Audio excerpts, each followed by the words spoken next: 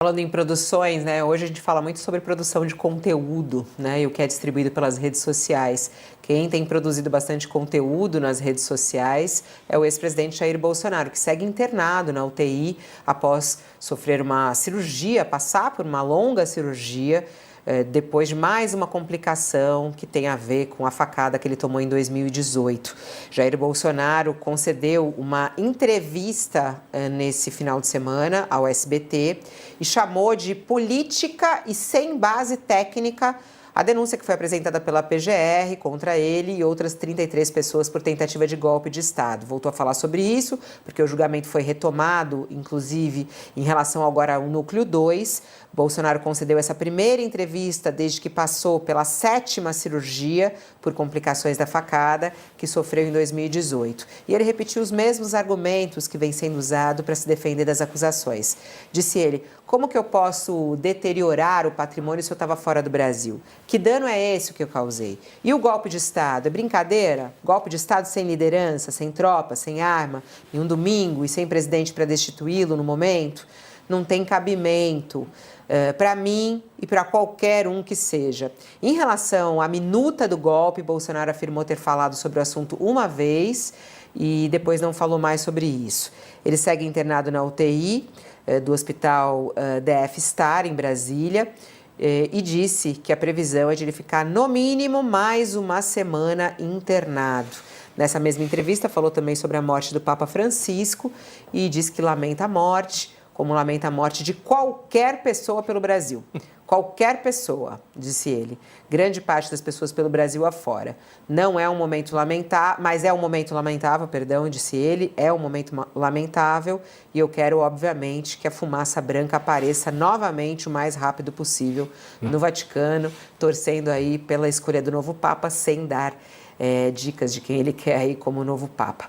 Para quem está nos acompanhando na TV, a gente vai a um breve intervalo e a gente volta já já e daqui a pouquinho com o filósofo também, Mário Sérgio Cortella. A gente segue pelo YouTube. Ô, Josias, queria te ouvir aí sobre essas declarações de Bolsonaro. Segue na UTI, mas deu entrevista, volta a falar sobre essa história da denúncia da PGR, criticando, falando que isso é política, que não tem nenhuma base técnica. A gente já falou 1000 vezes sobre isso. Mas o papel de Bolsonaro neste momento em se defender, tentar defender todos aqueles envolvidos no 8 de janeiro. Foi uma entrevista concedida em momento estratégico, né? Na véspera do julgamento desse segundo núcleo da trama golpista, um núcleo importante porque está adornado por esses documentos que dão consistência à denúncia e a internação do Bolsonaro, a exemplo essa é a 6ª cirurgia a que ele foi submetido, a exemplo das internações anteriores, ele está politizando. Os boletins médicos são intercalados por fatos, por fotos, imagens do paciente.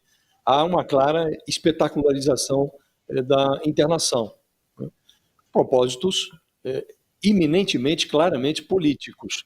Agora, cada vez que se manifesta, o Bolsonaro soa mais indefensável, que ele só repete, como um parafuso espanado, os mesmos argumentos, que não o livram das acusações. As acusações são muito sólidas, estão assentadas em fatos concretos, em documentos, em áudios, numa delação de um personagem que era da sua estrita confiança, o Mauro Cid, seu ex-ajudante de ordens. Então, falta claramente ao Bolsonaro uma defesa técnica. E ele não vai obter essa defesa no leito de uma UTI.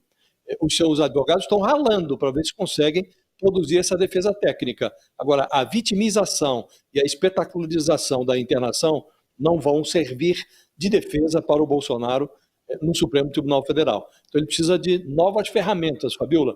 Ele está, como disse, rodando a esmo como parafuso espanado. Isso não serve aos seus interesses. Ele precisa de uma defesa técnica. Até agora ele não exibiu uma.